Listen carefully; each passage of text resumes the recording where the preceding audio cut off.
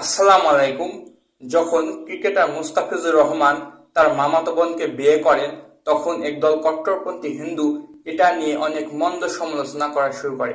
তারা বলে ইসলামে মামাতো বোনকে বিয়ে করা, কাকাতো বোনকে, পিসির মেয়েকে বা মাসির মেয়েকে বিয়ে করা বৈধ। এটা কেমন ধর্ম? আসলে ইসলামে কোথাও বলা হয়নি যে কাকা, মামা, পিসি বা মাসি এদের মেয়েকে বিয়ে করা বৈধ বা ভালো কাজ। বরং যাদেরকে বিয়ে করা নিষিদ্ধ তাদের মধ্যে এরা নেই। এখন এদেরকে কাজিন ম্যারেজ এটা করতেই হবে বা করা ভালো এমন কথা কোরআন কিংবা হাদিসে নেই। বরং এটা নিষিদ্ধ নেই, এজন্য কিছু মুসলিম এটা করে থাকে। যেমন কোরআন কিংবা হাদিসে কোথাও বলা হয়নি যে মহিষের গোস্ত খাওয়া বৈধ বা ভালো, বরং নিষিদ্ধ করা নেই, তাই কিছু মুসলিম খায়। কিন্তু কোরআনে কিন্তু নিষিদ্ধ করা হয়েছে হলো প্রায় 14 শ্রেণীর নারীকে। সূরা নিসা সূরা নম্বর 4 আয়াত নম্বর 23, সেখানে বলা হয়েছে তোমাদের জন্য নিষিদ্ধ করা হয়েছে তোমাদের মায়েরা, কন্যারা, বোনেরা, ফুফুরা, খালারা, ভাইয়ের মেয়ে, বোনের মেয়ে এবং তোমাদের স্ত্রী, পূর্বের স্বামীর ঔরসে যে সন্তান, তোমাদের শাশুড়ি, তোমাদের দুধ মা, দুধ বোন এবং একই দু বোনকে একর সাথে বিয়ে করা এবং পুত্রবধূ এদেরকে নিষিদ্ধ করা হয়েছে এদেরকে বিয়ে করা।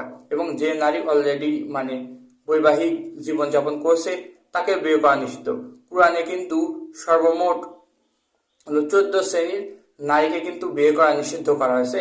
কিন্তু এদের মধ্যে কাকার মেয়ে, পিসির মেয়ে, মাসির মেয়ে এদের কথা উল্লেখ নাই, তাই এদেরকে বিয়ে করা বৈধ।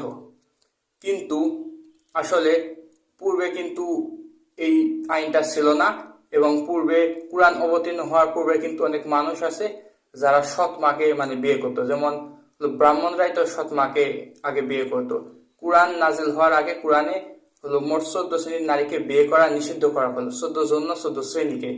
এখন এবং কোরআন নাজিল হওয়ার আগে তখন বড় বড় একটা অবস্থা ছিল, সেখানে কোরআন বিয়ের একটা সুশৃঙ্খল সুন্দর নিয়ম দিল। কিন্তু যেসব হিন্দুরা এ বিষয়ে অভিযোগ করে, এখন তাদেরকে বলছি হিন্দু ধর্মগ্রন্থে কিন্তু কাদেরকে বিয়ে করা নিষিদ্ধ এটা কিন্তু তাদের ধর্মগ্রন্থ, অনেকগুলো ধর্মগ্রন্থ আছে, যেমন বেদ আছে 4টা বেদ, উপনিষদ আছে অনেকগুলো উপনিষদ, গীতা আছে, পদ্ম পুরাণ আছে, বিষ্ণু পুরাণ আছে, কালিকা পুরাণ আছে। এখানে কিন্তু কোথাও উল্লেখ করা নাই যে মাকে বিয়ে করা অবৈধ, নিষিদ্ধ, কন্যাকে বিয়ে করা নিষিদ্ধ, বোনকে বিয়ে করা নিষিদ্ধ। এই কাজগুলো কিন্তু কোথাও নিষিদ্ধ নাই। এবং আমরা হিন্দু শাস্ত্রে মামার মেয়েকে, পিসির মেয়েকে, কন্যাকে এবং নিজ মাতাকে বিয়ে পর্যন্ত কিন্তু আমরা বিভিন্ন তাদের ধর্মগ্রন্থে দেখতে পাই। এখন কথা হচ্ছে যাদের ধর্মগ্রন্থে অনুযায়ী, যাদের ধর্ম অনুযায়ী নিজের মাকে, নিজের কন্যাকেও বিয়ে করা যায় বা বিয়ে করা লিগ্যাল, তারা কিভাবে ইসলামের প্রতি অভিযোগ আনে যে কোনো মুসলমান যদি মামার মেয়ে অথবা কাকার মেয়েকে বিয়ে করে, তাহলে তারা কিভাবে অভিযোগ আনে যেখানে ইসলাম স্পষ্টভাবে 14 শ্রেণীর নারীকে কোরআনে বিয়ে করা নিষিদ্ধ করা আছে, কিন্তু তাদের ধর্মগ্রন্থ অনুযায়ী যে কোনো নারীকে বিয়ে করা যাবে, যে কোনো নারীকে বিয়ে করা বৈধ। এখন ওরা লজিক দেখাবে যে আমাদের ধর্মগ্রন্থে লেখা থাকুক না থাকুক তাদের কি, আমরা বিবেক দিয়ে বিচার করব। এখন বিবেক তো সবার এক না। যারা এশিয়া মহাদেশের লোকের বিবেক এবং ইউরোপের বিবেক তো এক না। বঙ্কিমচন্দ্রের বিবেক অনুযায়ী বিধবা বিবাহ এটা নিষিদ্ধ করা উচিত, কিন্তু ঈশ্বরচন্দ্র বিদ্যাসাগরের বিবেক অনুযায়ী বিধবা বিবাহ এটা অনুমোদিত। যেমন কালিদাসের বিবেক অনুযায়ী বর্ণাশ্রম বৈধ, কিন্তু রবীন্দ্রনাথের বিবেক অনুযায়ী এটা অবৈধ। এখন বিবেক দিয়ে কিভাবে বিচার করবে? আর হিন্দু ধর্মে গ্রন্থ অনুযায়ী এটা অবশ্যই বৈধ। মনে করেন একটা দেশ আছে যে দেশের নাম হচ্ছে এক্স, ওই দেশের সংবিধানে বলা হয়েছে যেখানে মদ, জুয়া, ঘুষ, কমার্শিয়াল সেক্স এগুলো হচ্ছে অবৈধ।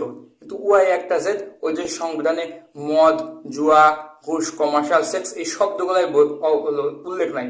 তার ওয়াই নামক একটি দেশে কেউ মদ খেতে পারবে, কেউ জুয়া খেলতে পারবে, কেউ কমার্শিয়াল সেক্স করতে পারবে এবং ঘুষ খেতে পারবে, কারণ ওই দেশের সংবিধানে উল্লেখই নাই। তার ওই দেশে একজন মানুষ মদ খেলো না খেলো, জুয়া খেলো না খেললো, এগুলা নিয়ে ওই দেশটা ওই দেশের আইন সংবিধান কোনো মাথা ঘামে না।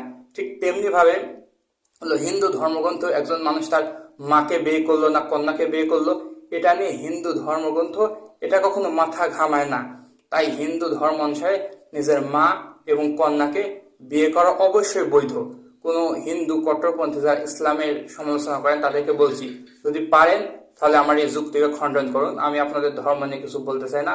যখন আমাদের ধর্মের প্রতি অ্যাটাক করবেন তখনই আমরা এইভাবে জবাব দিব। আমার যদি ভুল হয়ে থাকে তবে আমার যুক্তি খণ্ডন করে দেখান। ভিডিওটি দেখার জন্য সবাইকে ধন্যবাদ।